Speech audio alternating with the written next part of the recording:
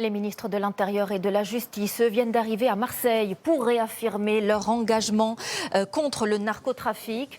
Laurent Nunez et Gérald Darmanin rencontreront cet après-midi la famille d'Amine Kessassi, dont le frère a été assassiné en pleine rue la semaine dernière. Amine Kessassi qui appelle à une grande marche blanche contre le narcobanditisme samedi dans la deuxième ville de France. Dans ce contexte, les opérations antidrogue se multiplient. Un laboratoire de cocaïne vient d'être démantelé dans la normalement paisible commune de Mougins. Près de 70 gendarmes sont intervenus avec des drones, des chiens et l'appui d'un hélicoptère. Un vaste coup de filet que nous détaillent Antoine Bordarias, Johan Rouquet et Gaël Camba. Sur ces images filmées par les gendarmes, nous sommes au cœur de l'intervention.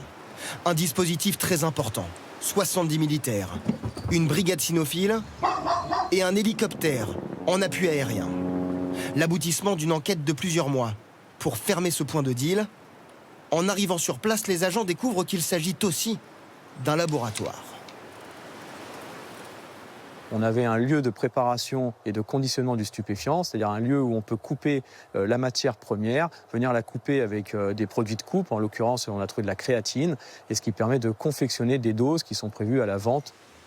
Les militaires interpellent 4 personnes et mettent la main sur plusieurs centaines de grammes de drogue, des milliers d'euros en espèces, mais aussi une trentaine d'armes et de munitions. Le point de deal, installé sur la petite commune de Mougins, était très bien organisé, avec de la vente sur place et un service de livraison qui alimentait des consommateurs de Cannes, Grasse et d'Antibes. Après, il y en a de partout, ça ne me surprend pas qu'il y en ait à Mougins aussi. C'est sûr que ça peut arriver partout. C'est une certitude. Je pense que ce genre de gens, effectivement, vont peut-être chercher justement des quartiers qu'on estime tranquilles et pourraient avoir un peu plus de sécurité, mais bon.